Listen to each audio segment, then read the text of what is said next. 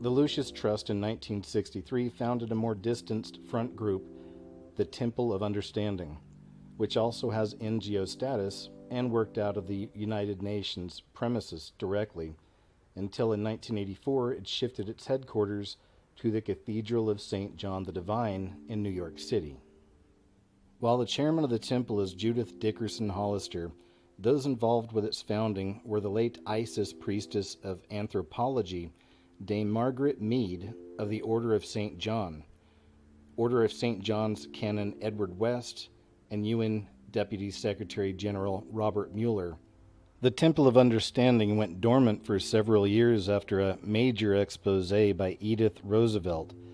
The temple was then revived at the Cathedral of St. John the Divine in 1984 at a ceremony presided over by Bishop Paul Moore and the Dalai Lama. Father Dolan is head of the Citizens Diplomacy Center of Wainwright House, which sponsors a multitude of East-West exchange programs oriented toward removing the enemy image of the USSR as an evil empire. Wainwright House's Institute for Spiritual Development was directed by Judith Hollister, the founding chairman of the Temple of Understanding.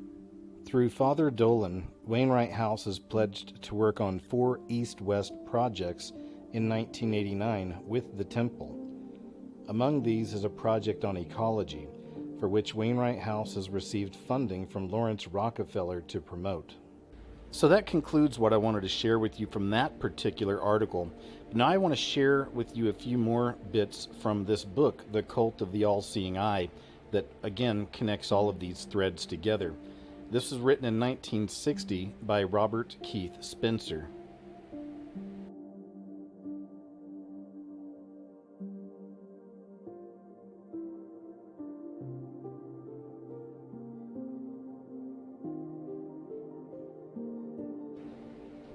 A temple will be erected in Washington, D.C. for the citizen of the world to develop universal understanding in place of his national limitations. The futuristic building, characterized as a spiritual United Nations, will be a symbol of the brotherhood and sisterhood of mankind, according to the brochure issued from Temple Headquarters, Greenwich, Connecticut. A wing of this modern-day Tower of Babel will be accorded to each of the 6 international faiths: Hinduism, Judaism, Buddhism, Confucianism, Christianity, and Islam. The symbolism planned for the building dates back to the black magic practiced by the high priests of ancient Egypt. The building will contain a giant eye, a circular pool of water which reflects light beamed onto it by a dome faceted to resemble a many-colored diamond. In New York, the Friends of the Meditation Room have long met regularly in the United Nations Meditation Room. On April 24, 1957, when the Meditation Room was reopened, the late Dag Hammarskjöld, UN Secretary General, described this pagan stone as an altar to universal religion. The altar is the symbol of the God of all, he said. The Temple of Understanding also will have its meditation room to be known as the Hall of Illumination.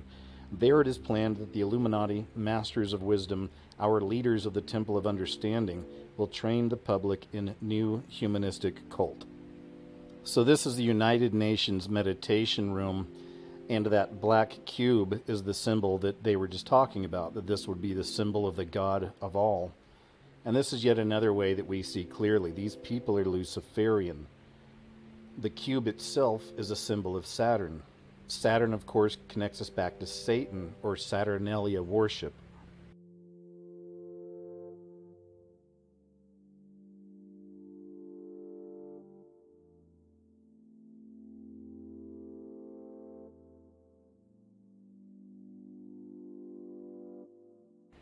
I really find it fascinating, all of the strange things that we find surrounding this church in New York City, St. John's.